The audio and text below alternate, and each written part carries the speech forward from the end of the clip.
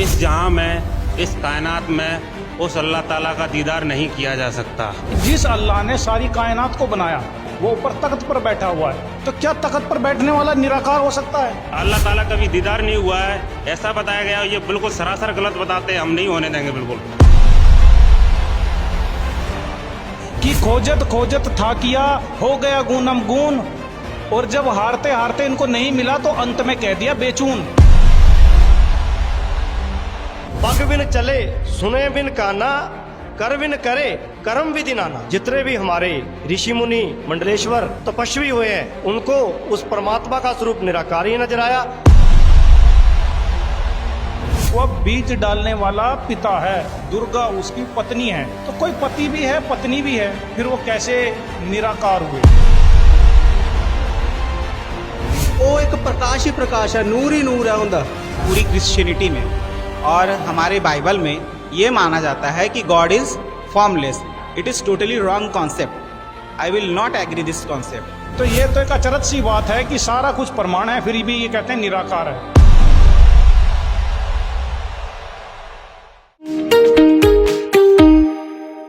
नमस्कार दोस्तों, ऐसे न्यूज के इस आध्यात्मिक रूहानी सफर में आज हम एक ऐसे महत्वपूर्ण विषय पर डिबेट प्रस्तुत करने जा रहे हैं जो धर्म और अध्यात्म में बहुत ही रहस्यमय बना हुआ है। आज का हमारा विषय होगा कि परमात्मा साकार है या निराकार। आज हमारे साथ कुछ धर्मों को मानने वाले लोग यहाँ पर आए हुए हैं अपने धर्म शास्त्रों के साथ। तो आज हम उनके धर्म शास्त्रों से इस चीज को खोजेंगे कि परमात्मा की वास्तविक स्थिति क्या है। वो साकार है या निराकार, वो जड़ है या चेतन, वो नर है या नारी, वो साक्षात देखा जा सकता है या समाधि में देखने वाला विषय है। एक ऐसा महत्वपूर्ण विषय जो आज तक सबके लिए एक रहस्य में बना हुआ था, एक प्रश्न चिन्ह बना हुआ था। आज हम अपने ही धर्मों के धर्म ग्रंथों से उस विषय को खंगालेंगे, उन तथ्यों को खोजेंगे, उन प्रमाणों को चेक करेंगे कि वास्तव में परमात्मा साकार है या निराकार। तो मेरे साथ कुछ धर्मों को मानने वाले अनुयायी जुड़े हुए हैं, उनसे उनका सबसे पहले परिचय ले लेता हूँ। सर, आप बताइए आपका क्या नाम है और आप कहाँ से आए हो? मेरा नाम आचार्य परमानंद वेदांती है। मैं विद्यापीठ से आया हूँ। नमस्कार सर, आपका क्या नाम है और आप कहाँ से आए हो? सत श्री अकाल जी, मेरा नाम लखविंदर सिंह है, मैं श्री अमृतसर साहब तो आया जी। तो लखविंदर जी भी मेरे साथ जुड़ गए हैं। सर, आपका क्या नाम है और कहाँ से आए हो? मैं लखनऊ से आया हूँ, मेरा नाम इकबाल है। तो इकबाल जी भी हमारे साथ जुड़ चुके हैं। सर, आप कहाँ से आए हो और आपका क्या परिचय है? Good afternoon, my self mister D'Souza from Bangalore. तो डिसूजा जी भी हमारे साथ बेंगलोर से जुड़ गए हैं। तो एक तरफ चार धर्मों को मानने वाले धार्मिक अनुयायी अपने धर्म शास्त्रों के साथ खड़े हैं, दूसरी तरफ कुछ पंथ को मानने वाले भी अनुयायी है, उनसे भी उनका परिचय मैं ले लेता हूँ। तो सर, आप भी अपना परिचय बताइए, आप कहाँ से आए हो और किस विषय पर आप ये डिबेट रखोगे? जी, हम संत रामपाल जी महाराज जी के अनुयायी हैं, उनके भगत हैं और हरियाणा हिसार से आए हुए। आज आपका विषय कैसा रहेगा और उस विषय पर आप क्या बताना चाहोगे? जी, आज ऐसे न्यूज की जो टीम है वो हमारे पास आई हुई थी कि उन्होंने रखा कि विभिन्न धर्म के व्यक्ति यहाँ पर आ रहे हैं, कुछ उनके पॉइंट हैं, कुछ डिबेट है सदग्रंथों के आधार से। तो उसी विषय पे हम अपने जो हमारे गुरुजी संत रामपाल जी महाराज जी जो बताते हैं वो विचार हम यहाँ पे रखने आए। तो जैसा कि आपने देखा दर्शकों कि मेरे साथ विभिन्न धर्मों के धर्मी लोग भी जुड़ चुके हैं और दूसरी तरफ संत रामपाल जी महाराज के अनुयायी भी इस डिबेट में जुड़ चुके हैं। तो आज हम शास्त्रों की कसौटी पर ये तौल कर देखेंगे, फैक्ट देखेंगे, प्रमाण देखेंगे अपने ही धर्म शास्त्रों से कि आखिर उस परमात्मा की यथार्थ स्थिति क्या है, वो साकार में है निराकार। इस विषय से पर्दा उठाएंगे क्योंकि ये बहुत ही महत्वपूर्ण विषय है और साधना के लिए बहुत ही जरूरी विषय है। तो सबसे पहले मैं सनातन धर्म के जो लोग ये आचार्य जी हमारे साथ जुड़े हैं, उनसे मैं जान लेता हूं कि आखिर सनातन धर्म में परमात्मा की क्या स्थिति बताई है। तो स्वामी जी, सबसे पहले मैं आपसे पूछना चाहूंगा कि सनातन धर्म में परमात्मा को साकार बताया है या निराकार? गीता वेद शास्त्र क्या बताते हैं इस विषय में?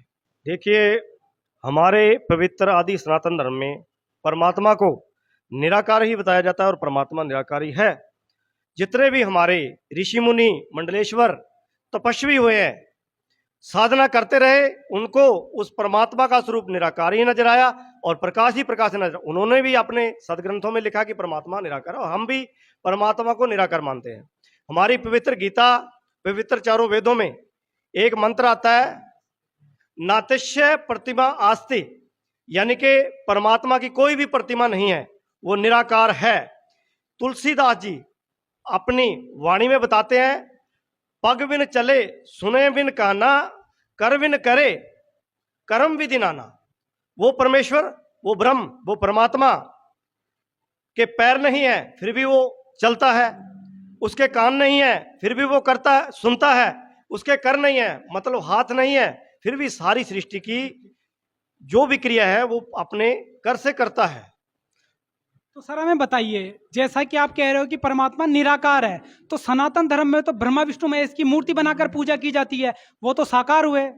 देखिए, जो श्री ब्रह्मा विष्णु और शिव जी है, उसी से उत्पत्ति इनकी होती है और साकार रूप में जब ये आते हैं अपने भक्तों को श्री राम श्री कृष्ण रूप में दर्शन भी देते हैं। जब इस पृथ्वी का अंत काल आता है तो अंत में ये उसी ब्रह्म में वलीन हो जाते हैं। तो परमात्मा जो ब्रह्म है वो निराकार है, सहस्री नहीं है, उसका कोई स्वरूप नहीं है। यानी आपका कहने का तात्पर्य है कि मूल रूप में परमात्मा निराकार है और भक्तों के लिए वो साकार रूप में रामकृष्ण और त्रिदेवों के रूप में आता है। बिल्कुल, परमात्मा निराकार है, वो राम कृष्ण और ब्रह्मा विष्णु महेश के रूप में आता है। और जब इस सृष्टि की जब समाप्ति और अंत होता है तो उसी में जाके विलीन हो जाता है। परमात्मा निराकार है। जैसा कि अभी स्वामी जी ने बताया कि परमात्मा मूल रूप में तो निराकार है, वो अपने भक्तों को कृतार्थ करने के लिए राम कृष्ण हनुमान ब्रह्मा विष्णु महेश के रूप में अवतरित होता है और वापस जाके उनमें निराकार प्रभु में लीन हो जाता है। तो इन्होंने बताया कि सनातन धर्म में और गीता वेद शास्त्रों में परमात्मा को निराकार बताया। तो अब मैं संत रामपाल जी महाराज के अनुयायियों से इसके बारे में जानता हूं कि वो क्या बताते हैं। तो सर, जैसा कि आपने देखा, स्वामी जी ने बताया कि सनातन धर्म में परमात्मा को निराकार बताया गया है। संत रामपाल जी महाराज परमात्मा की क्या स्थिति बताते हैं, हमारे दर्शकों को रूबरू करें। जी देखिए, आज पूरे भारतवर्ष में जो हमारा हिंदू समाज है वो वेद और गीता और पुराण इसके आधार से बताता है कि वो परमात्मा निराकार है और साथ में ब्रह्मा विष्णु शिव जी की भी साधना करता है। लेकिन वो इनसे ऊपर जो ब्रह्म है उसको कहता है कि वो निराकार है। लेकिन हमारे संत रामपाल जी महाराज जी ने इन्हीं सदग्रंथों से, जिसको सर्व हिंदू समाज मान्य करता है, उसी से प्रमाणित करके दिखाया है कि ब्रह्मा विष्णु शिव जी भी साकार हैं और ब्रह्म भी साकार है। निराकार का यहाँ पे कोई अवस्था परमात्मा की नहीं है, वह सहशरीर है, वह साकार है। और अन्य भी जितने धर्म हैं उनके भी धार्मिक पुस्तकों से, उनके धर्म ग्रंथों से हमारे गुरुजी संत रामपाल जी महाराज जी ने प्रमाणित करके दिखाया है कि वह परमात्मा साकार है, जिनका जिक्र अभी स्वामी जी कर रहे थे ब्रह्म के बारे में। तो सर हमें बताइए, क्या ये मौखिक बात है या प्रमाण का भी विषय है? क्या आप प्रमाण दिखा सकते हो परमात्मा साकार है? जी बिल्कुल, हमारे संत रामपाल जी महाराज जी ने वर्ड टू वर्ड एक एक चीज प्रमाणित करके बताई हुई है और हम आपको बिल्कुल प्रमाणित करके दिखा सकते हैं। देखिए, ये शिव महापुराण है, गीता प्रेस गोरखपुर से है और हमारे सभी हिंदू धर्म के व्यक्तियों को मान्य है। संपादक इसके हनुमान प्रसाद पोदार हैं और ये इनके फोन और फैक्स हैं ये सभी। अब इसके अंदर में अभी आप देखिए, जिनके विषय में स्वामी जी ब्रह्म के विषय में कह रहे हैं, इसी में उसी ब्रह्म की चर्चा चल रही है और उनके बारे में बताया है कि वो कैसे हैं। नारद जी का और ब्रह्मा जी का इसके अंदर में संवाद है। ये देखिए, ब्रह्मा जी ने कहा, यह रुद्र संहिता है और ये संक्षिप्त शिव महापुराण के इसमें लिखा है, ब्रह्मा जी ने कहा, ब्राह्मण देवो शिरोमणे, देव शिरोमणे, तुम सदा समस्त जगत के उपकार में ही लगे रहते हो। तुमने लोगों के हित की कामना से यह बहुत उत्तम बात पूछी है, जिसके सुनने से संपूर्ण लोगों के समस्त पापों का क्षय हो जाता है। उस अनामय शिव तत्व का मैं तुमसे वर्णन करता हूं। अब ब्रह्मा जी कह रहे हैं कि जिसको आज तक लोग अनामय कहते हैं, निराकार कहते हैं, उसके बारे में ब्रह्मा जी इसके अंदर में बता रहे हैं। ब्रह्मा जी क्या बता रहे हैं उस ब्रह्म के बारे में, उसका क्या स्वरूप है, ये आगे देखिए आपको प्रमाणित होगा, देखिए आप पुस्तक में। इसके अंदर कह रहे हैं कि उस अनामय शिव तत्व का मैं तुमसे वर्णन करता हूँ। ब्रह्मा जी कह रहे हैं कि मैं आपको उस परमात्मा के बारे में बताता हूँ जिसको आज तक सब ब्रह्म कहते हैं, वेद में ब्रह्म लिखा हुआ है, उसका मंत्र लिखा हुआ है, उसके बारे में ब्रह्मा जी कह रहे हैं मैं बताता हूँ वो कौन है। ये देखिए इस शिव महापुराण के अंदर में, इसके हम अगले पेज पे आएंगे। ये देखिए यहाँ से शुरू होता है, 121 नंबर पेज है ये, रुद्र संहिता का संक्षिप्त शिव पुराण। इसमें लिखा है उन काल रूपी ब्रह्म ने, नारद जी से बता रहे हैं ब्रह्मा जी कि उन काल रूपी ब्रह्म ने, जिसको स्वामी जी ब्रह्म कह रहे हैं, उस ब्रह्म ने एक ही समय शक्ति के साथ शिवलोक नामक क्षेत्र का निर्माण किया। कि जिनको ये निराकार कह रहे हैं उस ब्रह्म ने एक क्षेत्र का निर्माण किया। उस उत्तम क्षेत्र को काशी कहते हैं। वह परम निर्वाण या मोक्ष का स्थान है जो सबके ऊपर विराजमान है। ब्रह्मा जी कह रहे हैं कि सबसे ऊपर एक लोक है, उसका निर्माण ब्रह्म ने किया जो सबके ऊपर विराजमान है। वे प्रिया प्रियतम रूप शक्ति और शिव जो परमानंद स्वरूप है उस मनोरम क्षेत्र में नित्य निवास करते हैं। अब जो ब्रह्म है वह शक्ति के साथ विराजमान है, दुर्गा जी के साथ रहते हैं दोनों। ये देखिए यहाँ पे फोटो भी है, काल रूपी ब्रह्म और दुर्गा देवी के साथ में ये दोनों रहते हैं जो इनका क्षेत्र है।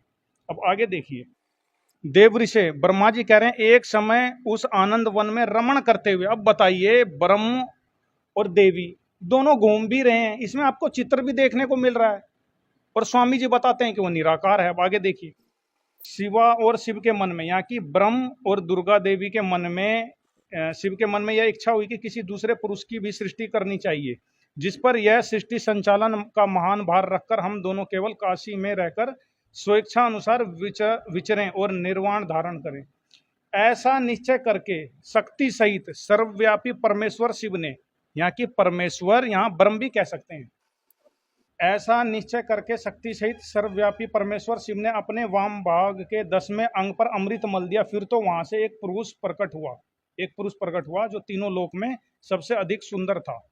अब अगले पेज नंबर पे आते हैं। इसमें कहा जो वो प्रकट हुआ, इसमें कहा शिव ने कहा, यहाँ की उस काल रूपी ब्रह्म ने कहा, वत्स व्यापक होने के कारण तुम्हारा विष्णु नाम विख्यात हुआ इति सिद्धम।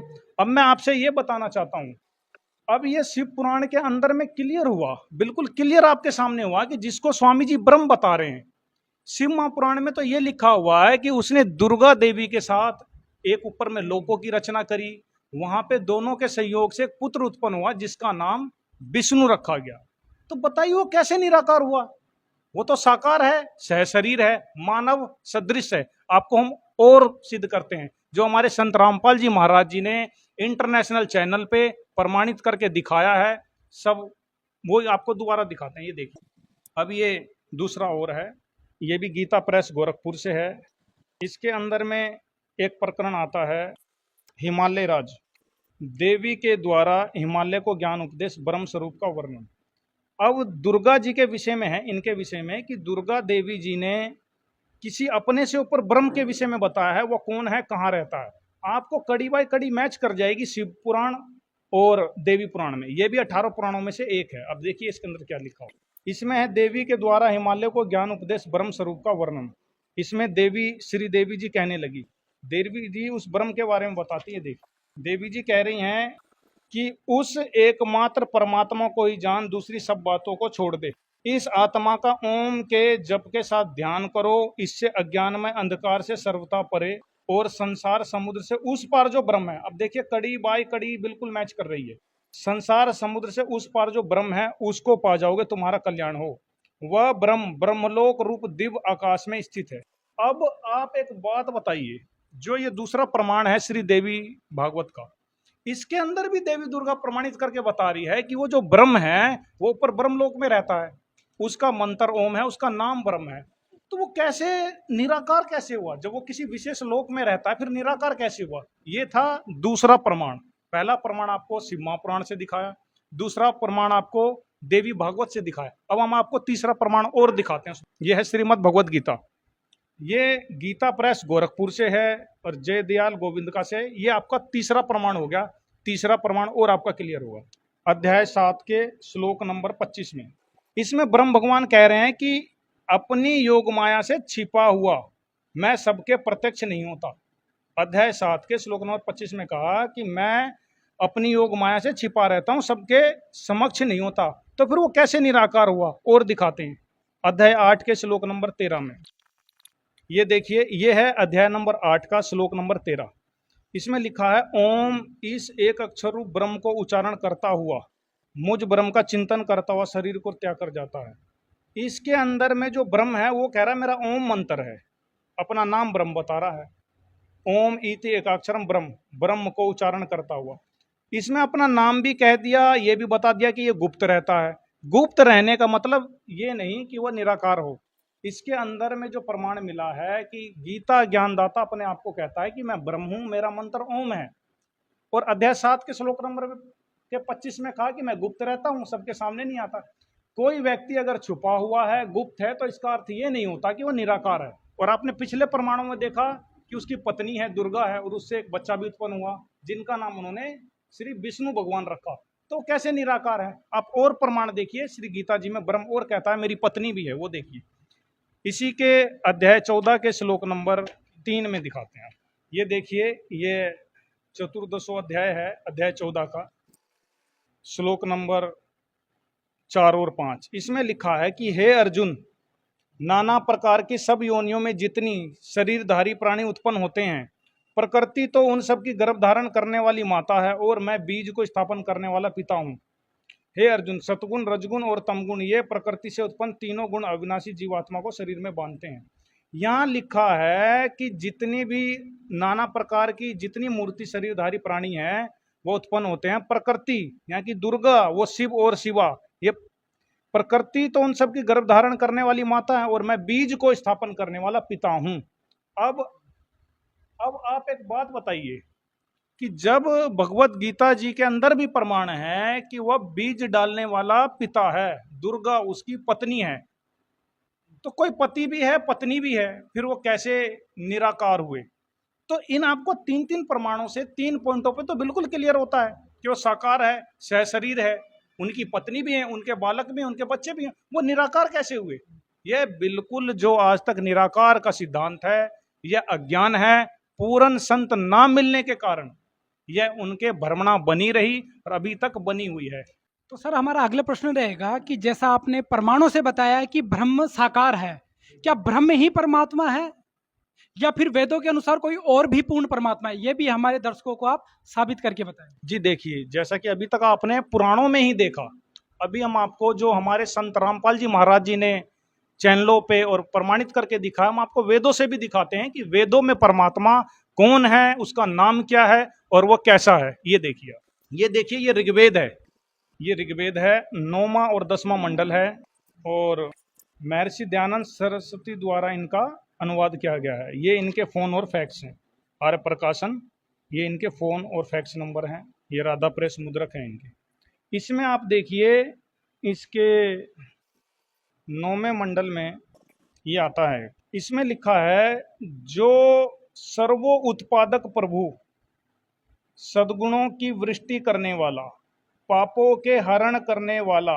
है, वह राजा के समान दर्शनीय है। अब फिर देखिए एक बार, जो सर्वो उत्पादक प्रभु, सद्गुणों की वृष्टि करने वाला, पापों के हरण करने वाला है, वह राजा के समान दर्शनीय है। अब वो है कौन, ये भी देखिए आगे।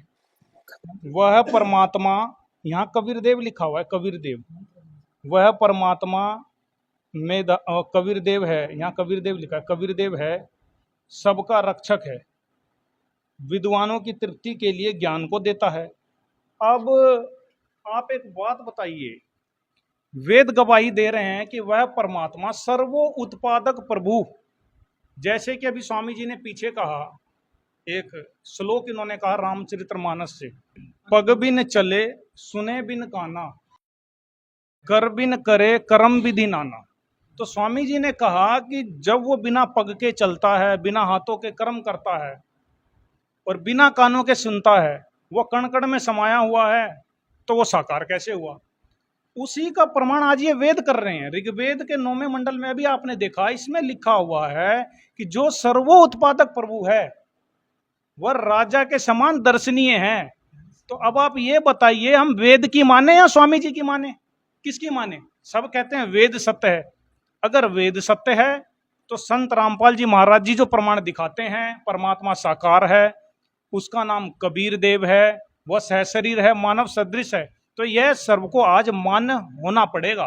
और आपको साथ में और प्रमाण दिखाते हैं, यजुर्वेद में भी लिखा हुआ है कि अग्ने तनुरसी वह परमात्मा सहशरीर है। ये देखिए, आप देखिए, ये है यजुर्वेद भाषा भाष्य महर्षि दयानंद जी द्वारा है। इसके अंदर में ये पंचमो 10 अध्याय है, इसके अंदर देखिए, इसमें पहले ही मंत्र में लिखा है अग्ने तनुरसी। अग्ने मने होता है परमात्मा, जो परमात्मा है तेजोमय परमात्मा, अग्ने तनुरसी सहशरीर है। अग्ने मतलब होता है परमात्मा, तनु मने शरीर, असी मने है।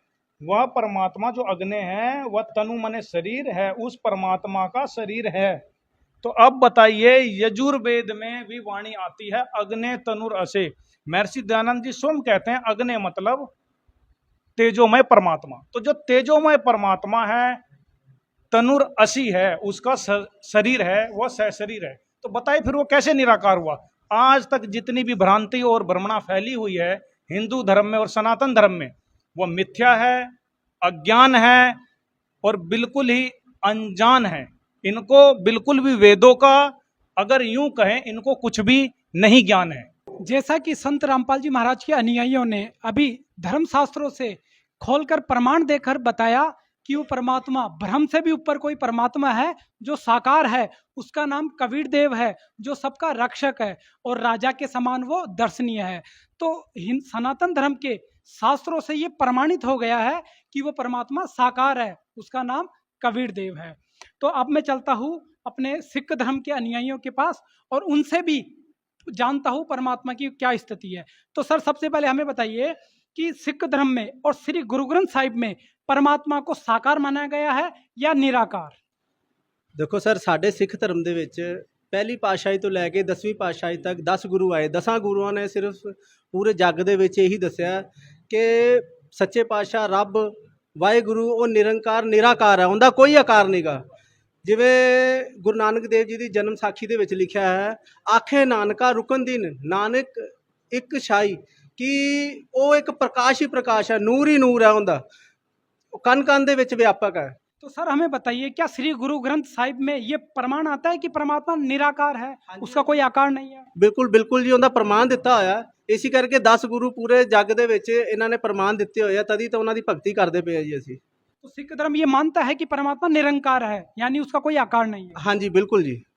तो जैसा कि सिख धर्म के अनुयायी ने ये बताया कि परमात्मा को सिख धर्म में निराकार माना जाता है, तो अब मैं संत रामपाल जी के जो अनुयायी हैं, सिख धर्म से आते हैं, उनसे भी जानना चाहूंगा कि संत रामपाल जी आखिर क्या बताते हैं सिख धर्म के ग्रंथों से। तो सर हमें बताइए, जैसा कि हमारे भाई ने बताया कि परमात्मा सिख धर्म में परमात्मा को निराकार माना जाता है, उसका कोई रूप नहीं, कोई रंग नहीं। आखिर संत रामपाल जी महाराज सिख धर्म के शास्त्रों के अनुसार परमात्मा की क्या स्थिति बताते हैं? हमारे दर्शकों को आज इस रहस्य से रूबरू करवाएं। जैसे कि हमारे बड़े भाई साहब ने परमात्मा को निराकार मान लिया है, वैसे ही आज सारा समाज जो नकली धर्म गुरुओं के कारण, अज्ञानता के कारण जो परमात्मा को निराकार मान बैठा है, आज जो है बिना सद्गुरु के अज्ञानता के कारण जो परमात्मा को निराकार सिद्ध कर रहे हैं, आज हम संत रामपाल जी महाराज जी की कृपा से और उनके द्वारा दिखाए गए ग्रंथों, सदग्रंथों के आधार पे आज यह अपने जो है बड़े भाई को यह प्रमाण करेंगे कि जो परमात्मा जो है साकार हैं, नर आकार है और उनका जो है मानव सदृश है और वो सचखंड में विराजमान है। अच्छा सर हमें बताइए, क्या गुरु ग्रंथ साहिब में ये लिखा है कि परमात्मा साकार है? जी सर। तो सर हमें प्रमाण सहित बताएं। गुरु ग्रंथ साहब में बहुत सारी जगहों में लिखा हुआ है कि वो परमात्मा साकार है। एक बार गुरु नानक देव जी को वो जिंदा महात्मा के रूप में परमात्मा 3 दिनों के लिए सचखंड लेकर के गए थे। वहाँ उन्होंने वाणी उच्चारण की थी कि सचखंड बसे निरंकार, कर कर देखे नदर निहाल। उसके बाद जो 3 दिन के बाद जब नानक देव जी वापस आए तो उनकी बहन और माता जी ने पूछा कि हे नानक जी आप कहाँ पर थे? तो मलार महला पहला की वाणी है गुरु ग्रंथ साहब की, जो है ये आप देख सकते हैं, आपको दिखाते हैं, 1257 पेज में है। इसमें आप देख सकते हैं, जब उनकी बहन नानकी देवी जी ने पूछा कि हे नानक आप कहाँ थे, तो उन्होंने परमात्मा के जो है बारे में कहा कि बागे कपड़ बोले बैण। ये मलार महला पहला है, पेज नंबर 1257। अच्छा सर बताइए ये कौन से पेज की फोटोकॉपी है? ये 1257 श्री गुरु ग्रंथ साहिब के ही 1257 नंबर पेज है। अच्छा ये श्री गुरु ग्रंथ साहिब के 1257 पेज की फोटोकॉपी है, तो सर प्रमाणित करिए आप। इसमें देखिए ये इनकी बहन है, तो मलार महला पहला, ये बागे कपड़ बोले बहन, लंबा नाक काले तेरे नैन, कभू साहेब देखा बहन। अब देखिए इसमें जो परमात्मा का जो साकार वर्णन किया हुआ है कि उनकी बहन ने पूछा कि आप कहाँ थे, तो नानक देव जी ने कहा कि हे बहन तुमने क्या वो पूर्ण परमात्मा उस साहब को देखा है? मैं उस साहब को जो 3 दिन उनके साथ जो रहा उनको देखा। और इसमें जो है देखिए ये बाणी दिखा रही है कि बागे कपड़ बोले बैण, वो परमात्मा जो है सफ़ेद कपड़े पहनता है और मीठी बाणी बोलता है। उनका लंबा नाक काले तेरे नैन, उनका लंबा नाक है, सोने जैसा कलर है, रंग है, सुनहरे बाल हैं और वो बहुत ही खूबसूरत है। अब आगे आपको प्रमाणित करेंगे, इसमें भी ये जो है प्रमाणित है कि वो परमात्मा साकार है और उनका जो है सारा सदृश है, मानव सदृश है। मलार महला तीसरा, चौपदे घर 1, इसमें देख सकते हैं निरंकार आकार है आपे आप भरम भुलाए। इसमें ये गुरु नानक देव जी महला तीसरा में बता रहे हैं कि निरंकार आकार है, जिस परमात्मा को आप निरंकार कह रहे हैं वो आकार में है, लेकिन हम झूठे धर्म गुरुओं के चलते भरम में भूले बैठे हैं। एक ये हुआ प्रमाण। अब दूसरा प्रमाण इसमें आपको ये बताते हैं, दिखाते हैं। ये संत रामपाल जी महाराज जी की दया से ही हम आपको दिखा पा रहे हैं, क्योंकि बिना सच्चा सदगुरु के ज्ञान हो ही नहीं सकता है। गुरु ग्रंथ साहब में एक वाणी आती है कि बिन सदगुरु भेटे जोग न होवे और बिन सदगुरु मिलिए मुक्त न पाइए कोई। बिना सदगुरु के ना तो ज्ञान हो सकता है और बिना सदगुरु के ना तो कोई मोक्ष को प्राप्त कर सकता है और ना ही परमात्मा के साथ कोई जोग कर सकता है। ये और वाणी दिखाना चाहेंगे आपको। ये श्री गुरु ग्रंथ साहिब पृष्ठ नंबर 721, राग तिलंग महला पहला घर 1 वाणी 1। इसमें जो है पेज नंबर है इसका जो है आपका 721 पृष्ठ नंबर है। यक अर्ज गुप्तम पेश तोदर गोश कून करतार हक्का कबीर करीम तू बेअब परवरदिगार। अब हम अपने भाई साहब से ये पूछना चाहेंगे कि परवरदिगार का मतलब क्या होता है? वो पूर्ण परमात्मा होता है, सारी सृष्टि को जो है, सारी सृष्टि को बनाने वाला, सबको पैदा करने वाला। हक्का कबीर वो सच्चा कबीर है, वो पूर्ण परमात्मा है और वो साकार है। 2 आपको दिखाएं, अब तीसरा और दिखाएंगे। देखिए सभी सिख, सारे सिख समुदाय में सभी को ये पता है कि गुरु नानक देव जी की पहली उदासी जो काशी की थी, काशी में जो है नानक देव जी पहली उदासी काशी में गए थे, तो वहाँ परमात्मा को उन्होंने साकार रूप देखा था। गुरु ग्रंथ साहब, इसमें देखिए आप गुरु ग्रंथ साहब पृष्ठ नंबर 24 पर महला पहला में कहा है कि फाही सूरत मलुकी देश मलुकी वेश ए ठगवाड़ा ठगी देश खरा स्याणा बहुता भार धानक रूप रहा करतार। जिस परमात्मा को गुरु नानक देव जी ने सचखंड में देखा था, उसी परमात्मा को काशी में एक धानक यानी कि जुलाहे के रूप में परमात्मा को करतार, मतलब उस पूर्ण परमात्मा को, सारी सृष्टि के रचनहार को उन्होंने काशी में देखा था। तो और वो परमात्मा साकार है। ये भी वाणी सिद्ध कर रही है कि वो परमात्मा साकार है। एक बार आपको जो है इसमें प्रमाणित करेंगे। ये देखिए भाई बाले वाली श्री गुरु नानक देव जी की जन्म साखी, ये पंजा साहिब और 10 पातशाहियों का जीवन संपूर्ण साखियों सहित दर्ज है। इसके संपादक आप देख सकते हैं भाई चतर सिंह जीवन सिंह, अमृतसर। ये अमृतसर से छपी हुई है। देखिए एक और प्रमाण है, जैसे मान लीजिए ये साखी मदीने की चली। एक बार गुरु नानक देव जी मक्के में जो है गए और मक्के में जो है काजी रुकन दीन जी से उनकी जो वार्तालाप हुई, तो काजी रुकन दीन जी से उन्होंने ये कहा कि आखे नानक आखे रुकन दीन साचा सुनो जवाब, चारों कुंठ सलाम कर ता तुही होए स्वभाव। खालक आदम सिरजा आलम बड़ा कबीर, कायम दायम कुदरती सिर पीरा दे पीर।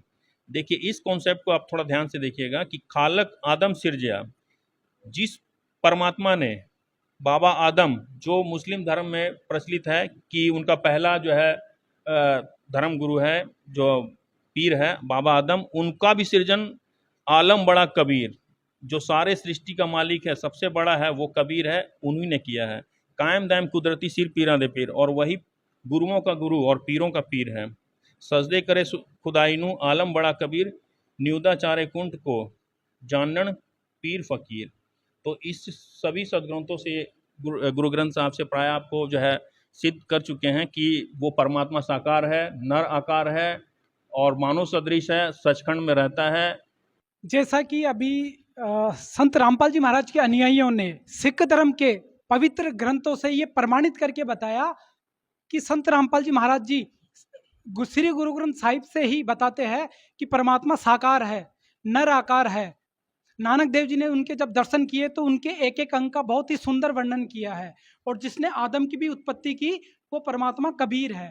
तो सिख धर्म के ग्रंथों से भी ये प्रमाणित हो चुका है कि परमात्मा साकार है, उसका नाम कबीर है। आपने अभी ये प्रमाण अभी कैमरे पर देखे। तो अब हम जो अन्य धर्मों के जो अनुयायी हैं उनसे भी उनके विचार जान लेते हैं। तो सर हमें बताइए, मुस्लिम धर्म में और कुरान पाक में अल्लाह को बेचून माना गया है या साकार है? अल्लाह की क्या स्थिति है, हमारे दर्शकों को आप बताइए। बिस्मिल्लाहिर्रहमानिर्रहीम। जनाब, हमारे कुरान पाक में मुस्लिम मजहब में वो अल्लाह ताला बेचून है, वो जिस्मानी नहीं है। इस जहां में, इस कायनात में उस अल्लाह ताला का दीदार नहीं किया जा सकता। हमारे जितने भी नबी हुए हैं उन्होंने अल्लाह ताला का कभी दीदार नहीं हुआ, ऐसा हम मानते हैं, और उस अल्लाह ताला की इबादत हम इस तरीके से करते हैं। तो सर हमें बताइए, कुरान पाक में अल्लाह ताला को क्या बताया, साकार या निराकार? बिल्कुल निराकार बताया है। क्या अल्लाह का कोई जिस्म नहीं है, जिस्मानी नहीं है? जिस्मानी नहीं है। कुरान पाक में अल्लाह ताला का कहीं भी जिक्र नहीं आता है कि वो अल्लाह ताला जिस्मानी है, यानी वो बेचून है। बेचून है। पूरा मुस्लिम धर्म ये मानता है। बिल्कुल पक्कम पक्का मानते हैं, मुस्लिम मजहब पूरा पक्कम पक्का मानते हैं, और हम भी बिल्कुल उसी को पूरा तहे दिल से मानते हैं। और आजकल जितने भी यूट्यूब पर देखा जा रहा है कि मुस्लिम मजहब के खिलाफ गलत तरीके से मतलब वीडियो बनाई जा रही हैं, वो हम नहीं होने देंगे। सर उस वीडियो में क्या बताया जा रहा है? अल्लाह को, अल्लाह ताला को देखा जा रहा है, अल्लाह ताला को साकार बताता, जबकि हमारे जितने भी नबी हुए हैं उन्होंने अल्लाह ताला का भी दीदार नहीं हुआ है, ऐसा बताया गया। ये बिल्कुल सरासर गलत बताते हैं, हम नहीं होने देंगे बिल्कुल। तो जैसा कि अभी इकबाल जी ने बताया कि कुरान पाक में और सभी नबियों ने यह फरमाया है कि अल्लाह बेचून है, उसका कोई आकार नहीं है, वो जिस्मानी रूप में नहीं आता है। तो अब हम संत रामपाल जी महाराज के अनुयायियों से भी जानेंगे कि संत रामपाल जी मुस्लिम धर्म के ग्रंथों से अल्लाह की क्या स्थिति बताते हैं। तो सर हमें बताइए, संत रामपाल जी ने मुस्लिम धर्म के जो धर्म ग्रंथ है उनसे अल्लाह की क्या स्थिति बताई है? क्या उसको साकार बताया है या उसको बेचून ही बताया है, जैसा आज पूरा मुस्लिम धर्म उसको बेचून मानता है? संत जी क्या बताते हैं? जी देखिए, हमारे संत रामपाल जी महाराज ने सभी धर्मों को खोल खोल के दिखाया है कि वो जो परमात्मा है साकार है, सहशरीर है, नर रूप है। तो इसी तरह अभी आपने पहले प्रमाण देखा कि स्वामी जी जो वेदांती जी थे वो कह रहे थे कि ब्रह्म निराकार है। वही ब्रह्म का ज्ञान जो है कुरान शरीफ में उन्होंने दिया हुआ है, लेकिन वो भी साकार है और कुरान शरीफ में प्रमाण है, हमारे गुरुजी ने दिखाया हुआ है, वो हम आपको दिखाते हैं। ये देखिए, ये देखिए, ये कुरान मजीद है और इसके सूरत फुरकान के अध्याय में 52 से लेकर 59 तक में प्रमाण है, ये हम आपको दिखाएंगे। ये कहाँ से छपी है देख लीजिए, ये कुरान मजीद है और तर्जुमा फ़तेह मोहम्मद खां साहब जालंधरी हैं और प्रकाशन जसीम बुक डिपो दिल्ली से है। और ये इनके फ़ोन और फैक्स हैं। ये देखिए, इसके हम सूरत फुरकान में जाते हैं। ये देखिए, इसके अंदर में ये सूरह फुरकान है और 25 नंबर है सूरह फुरकान का अध्याय, और इसके 59 में देखिए, इसमें लिखा हुआ है कि जिस परमात्मा ने आसमानों और जमीन को और जो कुछ इन दोनों के दरमियान है, यहाँ की आसमान और जमीन सारी कायनात को बनाने वाला, उसने 6 दिन में पैदा किया, यहाँ की सबको बनाया, फिर अर्श पर जा ठहरा। यहाँ की वह परमात्मा जाके उस तख्त पर बैठ गया, उस पर ठहर गया, उस पर विश्राम किया। वह जिसका नाम रहमान यानी बड़ा मेहरबान है। वैसे तो यहाँ कबीर साहब लिखा हुआ है, वैसे तो यहाँ पे बिही खबीरा लिखा हुआ है, लेकिन ये मैटर हम और कभी लेंगे, अभी सिर्फ साकार या निराकार का विषय है। तो हम यहाँ आते हैं कि फिर अर्श पर जा ठहरा वह बड़ा मेहरबान है, तो उसका हाल किसी बाखबर से मालूम कर लो। जो सूरह फुरकान के अध्याय 25 में श्लोक नंबर 59 में लिखा हुआ है कि जिस अल्लाह ने सारी कायनात को बनाया, जैसे कि वेद में लिखा था सर्वो उत्पादक प्रभु जो सर्व सृष्टि रचनहार है, ठीक उसी प्रकार इसमें लिखा है कि जिसने सारी सृष्टि को पैदा किया उसका नाम कबीर है, वो ऊपर तख्त पर बैठा हुआ है। तो आप ही बताइए, वह परमात्मा जो तख्त पर बैठा हुआ है, तो क्या तख्त पर बैठने वाला निराकार हो सकता है?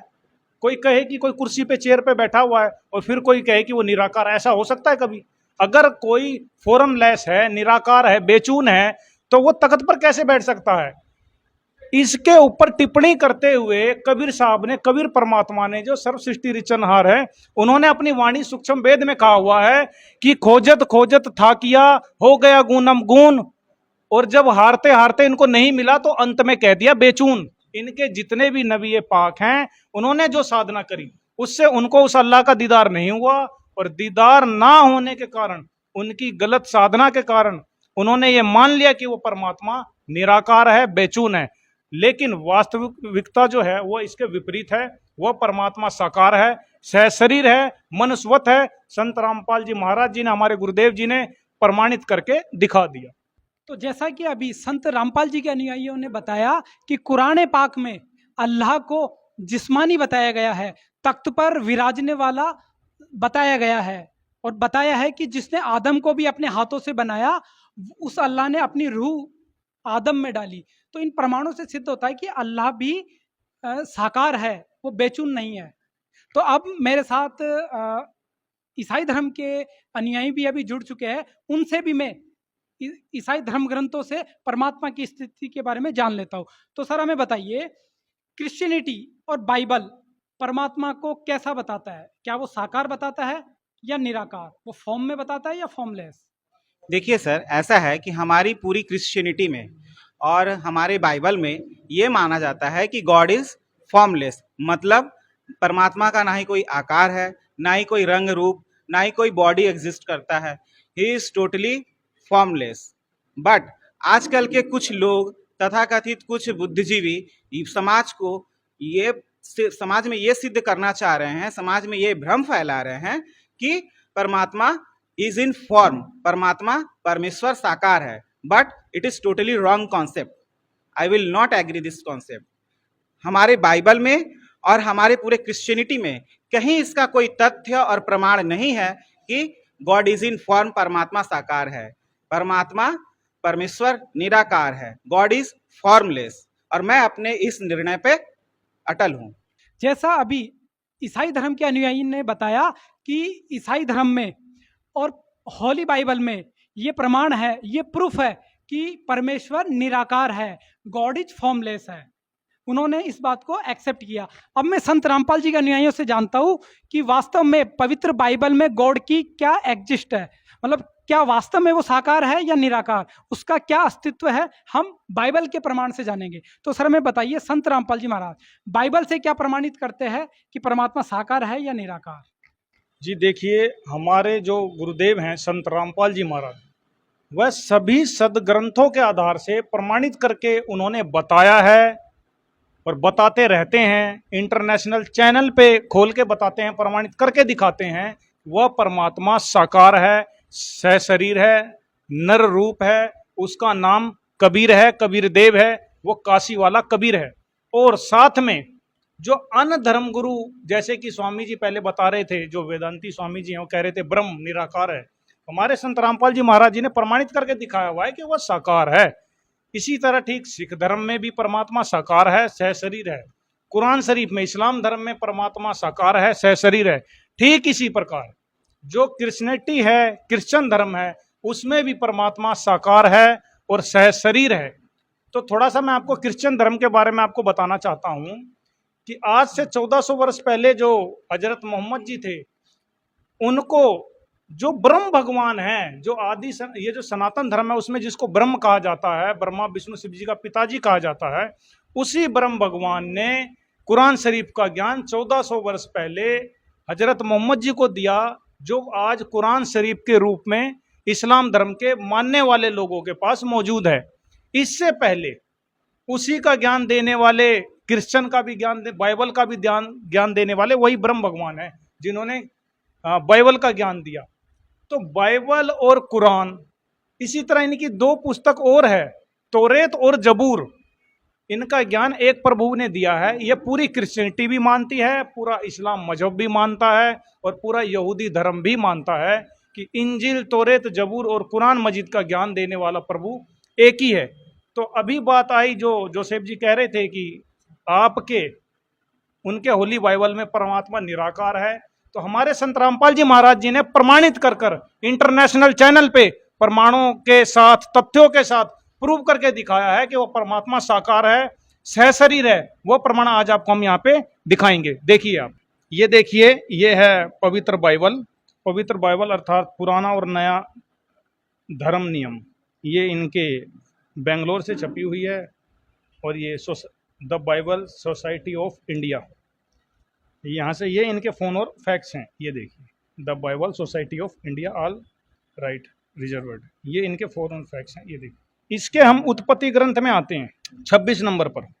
ये सृष्टि रचना है, सृष्टि का वर्णन, ये उत्पत्ति है 11:25, इसमें है 26 नंबर पे आते हैं।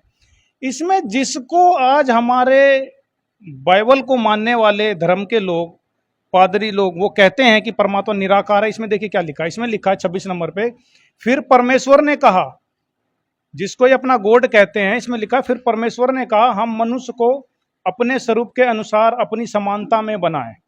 आगे लिखा है 27 नंबर पे, तब परमेश्वर ने मनुष्य को अपने स्वरूप के अनुसार उत्पन्न किया, अपने ही स्वरूप के अनुसार परमेश्वर ने उसको उत्पन्न किया, नर और नारी करके उसने मनुष्यों की सृष्टि की। तो अब एक बात बताइए कि इसी उत्पत्ति ग्रंथ में, बाइबल में प्रमाणित है कि उस परमेश्वर ने नर और नारी करके सृष्टि की, अपने स्वरूप में की, अपनी समानता में की। तो बताइए, जब अपने ही स्वरूप के अनुसार उसने नर और नारी की उत्पत्ति करी, तो किसी व्यक्ति कोई कहता है कि ये मेरा स्वरूप है, तो क्या वो निराकार हो जाता है? और आपको और प्रमाण दिखाएंगे जो आप देख के दंग रह जाओगे। ये आप देखिए, इसके यही उत्पत्ति है 2:18 3.14, इसमें लिखा है नंबर 8 में, तब यहोवा परमेश्वर जो दिन के ठंडे समय वाटिका में फिरता था। अब बताइए, परमेश्वर जो है यहोवा परमात्मा, वो दिन के ठंडे समय वाटिका में घूमता फिरता भी था और निराकार भी है। बताओ क्या ये हो सकता है कहीं? आगे देखिए 21 नंबर पे, और यहोवा परमेश्वर ने आदम और उसकी पत्नी के लिए चमड़े के अंगरखे बनाकर उनको पहना दिए। बताइए, अंगरखे भी बनाए और पहना भी दिए, फिर वो निराकार कैसे हुआ? और आगे देखिए, फिर यहोवा परमेश्वर ने कहा मनुष्य भले बुरे का ज्ञान पाकर हम में से एक के समान हो गया। इसका मतलब वो कह रहा है कि मनुष्य हम में से एक जैसा हो गया। इसका मतलब यहोवा परमेश्वर अकेला नहीं, उनसे अन्य भी और परमेश्वर है, वो मनुष्य वृत्त है, साकार है, सहशरीर है। और प्रमाण के लिए देखिए, एक इसी में प्रमाण आता है उत्पत्ति के 7:26 और 18.22 में, इसहाक के जन्म की प्रतिज्ञा। अब्राहम मरमे के बाज वृक्षों के बीच कड़ी धूप के समय तंबू के द्वार पर बैठा हुआ था। यह एक इब्राहिम था, एक भगत था परमात्मा का, यहोवा परमेश्वर का। तब यहोवा ने उसे दर्शन दिए, उसने आंख उठाकर दृष्टि की तो क्या देखा कि 3 पुरुष सामने खड़े हैं। जब उसने उन्हें देखा तब वह उनसे भेंट करने के लिए तंबू के द्वार से दौड़ा और भूमि पर गिरकर दंडवत की और कहने लगा, हे प्रभु, यदि मुझ पर तेरी अनुग्रह की दृष्टि है तो मैं विनती करता हूं कि अपने दास के पास से चले न जाना। मैं थोड़ा सा जल लाता हूं और आप अपने पांव धोकर इस वृक्ष के नीचे विश्राम करें, फिर मैं एक टुकड़ा रोटी ले आऊं और उससे आप अपने जीव को तृप्त करें, उसके पश्चात आगे बढ़ें। आप एक बात बताइए, इस बाइबल में ही प्रमाण है, ये हमारे भाई कह रहे हैं कि परमात्मा निराकार है। इसमें साफ साफ लिखा है कि वह यहोवा जो परमेश्वर है इब्राहिम को पेड़ के नीचे मिला। नीचे इब्राहिम जी खड़े थे, ऊपर दर्शन दिए और इब्राहिम ने कहा कि मैं आपके पैर धोने के लिए पानी लाता हूँ, रोटी का टुकड़ा लाता हूँ, उसको दंडवत प्रणाम भी किया और उसने उसको दर्शन भी दिए। तो ये तो एक अचरज सी बात है कि सारा कुछ प्रमाण है, फिर भी ये कहते हैं निराकार है। इनके ऊपर ये क्या कहना चाहते हैं? क्या है इनके पास कोई जवाब? ठीक इसी तरह संत रामपाल जी महाराज जी ने, हमारे गुरु जी ने इंटरनेशनल चैनल पे 2012 से लेकर और अभी तक खुली चुनौती दे रखी है कि अगर मैं गलत हूं तो मुझे गलत साबित करो, पर आज तक इनके पास कोई जवाब नहीं आता। यह सिर्फ और सिर्फ अपने अज्ञान पे ही दृढ़ है। लेकिन हमारे संत रामपाल जी महाराज जी ने पूरी पोल खोल के और सारे प्रमाण के सहित दिखा दिया कि वह परमात्मा साकार है, सह शरीर है, नर रूप है। निराकार का तो कोई अर्थ ही नहीं होता, कोई मतलब ही नहीं होता। आज सभी धर्म के मानने वाले व्यक्ति कहते हैं, जैसे कि कुरान शरीफ को मानने वाले भाई कहते हैं कि वो परमात्मा रहमान है, वो रहीम है। ये तो बिल्कुल ही जो नाम है, ये तो नर विशेष के नाम है, नर का नाम है, ये पुरुष का नाम है। उसको ये क्यों नहीं कहते कि वो फतीमा है, वो राजिया है, वो रबिया है? इंसानी नाम ही, वो मतलब नर के नाम ही क्यों ले जाते हैं? इसका नाम इसलिए लिया जाता है कि वो परमात्मा नर रूप में है, इसलिए उसके नर ही नाम है। ठीक इसी प्रकार उसको परमेश्वर क्यों कहते हैं, परमेश्वरी क्यों नहीं कहते? तो ये तो एक छोटा सा संकेत है, समय के अभाव में संक्षिप्त में आपको दिखाया जा रहा है। संत रामपाल जी महाराज जी ने, हमारे गुरु जी ने विस्तार पूर्वक ढेर सारे प्रमाणों से प्रमाणित किया हुआ है, परमात्मा साकार है, सह शरीर है, नर रूप है, जो सबका मालिक है वो कबीर देव है, कबीर साहब है।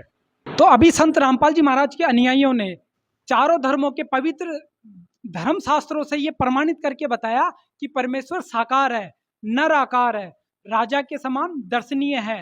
वो परमेश्वर एक स्थान पर विराजमान है, तख्त पर विराजता है। उसने नर और नारी अपने ही समानता के अनुसार बनाए। तो इन सब प्रमाणों से ये प्रूफ हो चुका है, वेल प्रूफ हो गया है कि परमेश्वर साकार है और उसका नाम कबीर है। तो हमारे साथ जो ये अभी धर्मी लोग आए, उनसे मैं उनके भी विचार जान लेता हूँ कि इन प्रमाणों को देखकर वो क्या कहना चाहते हैं। तो सर स्वामी जी, जैसा कि अभी संत रामपाल जी के अनुयायियों ने अपने वेद शास्त्र और गीता से ये प्रमाणित करके दिखाया कि परमेश्वर साकार है, इन प्रमाणों को देखकर आप क्या कहना चाहोगे? देखो जी, जो भी इन्होंने सदग्रंथ दिखाए, चारों वेद और श्री भगवत गीता हमारे लिए सर्वश्रेष्ठ है।